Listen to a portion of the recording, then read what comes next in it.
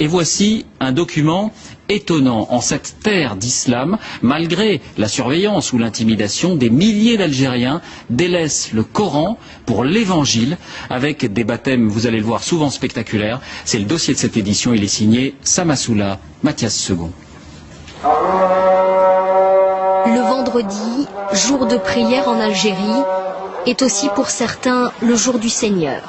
Une villa sans croix ni clocher, l'église du plein évangile. Chaque semaine, près de 500 fidèles s'y pressent. Tous sont des convertis, protestants évangéliques.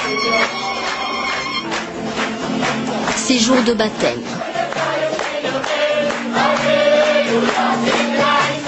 Des hommes et des femmes nés musulmans vont embrasser la foi chrétienne.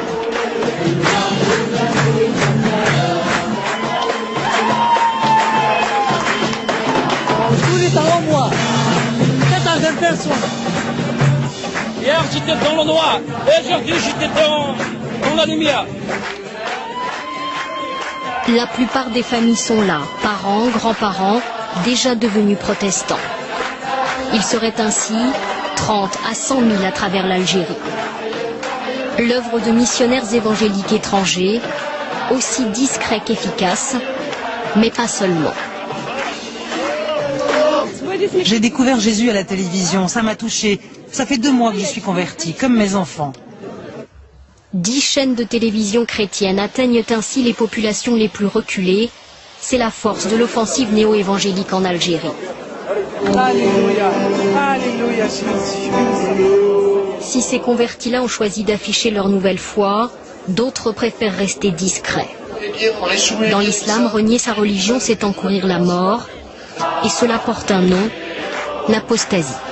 On a tout le temps de mauvais regards sur nous qui sont fixés comme ça. On nous regarde de mauvais œil et nous... Bon, le manque de respect, je ne peux pas y aller jusqu'ici.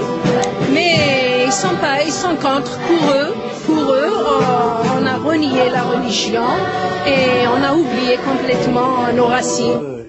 Cet homme, très inquiet de nous parler, était jusqu'à sa conversion un fonctionnaire très bien noté. C'est par la haine envers les chrétiens que j'ai perdu mon travail. Ils nous accusent de faire le prosélytisme, mais c'est archi faux. Lui était directeur d'école. Sa vie a basculé un soir de Noël. Ce soir-là, munis d'armes blanches, des gens du village ont mené dans son logement de fonction une expédition punitive. Ils l'accusaient de célébrer Noël à l'école. Son fils se souvient. Le voisin nous a dit 2-3 fois une phrase que je ne vais pas oublier. Il a dit ramenez-nous des terroristes et ne ramenez pas de chrétiens ici. Je me suis dit c'est la fin. Avec des armes blanches devant ma porte et moi j'ai que mes mains vides. Ils vont arracher la porte puis ils vont nous tuer là-dedans. Moi j'imaginais le pire, j'ai imaginé c'était un bain de sang qui va se passer là-bas. Après 28 ans de carrière, le directeur d'école a été radié de l'éducation nationale. C'est pas moi seulement qui ai été frappé, c'est le christianisme, pour c'est-à-dire donner un exemple. Voilà, celui qui est comme celui-là, on va le frapper, on va le mettre dehors. Une telle violence à l'égard des chrétiens reste toutefois rare, surtout en Kabylie, où le phénomène est le plus ancien. À la sortie des mosquées, la question n'est pas taboue.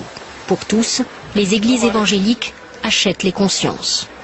On n'a pas encore vu quelqu'un qui a de l'argent, il a entré en chrétien.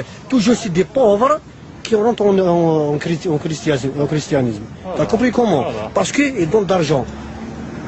Ils donnent des appartements, d'argent, des visas. Le gouvernement algérien qualifie le phénomène néo-évangélique de néfaste. Il a adopté une loi qui punit le prosélytisme de peine de prison. Les églises la dénoncent comme une épée de Damoclès au-dessus de leur tête. Transporter plus d'une Bible dans son sac est un délit.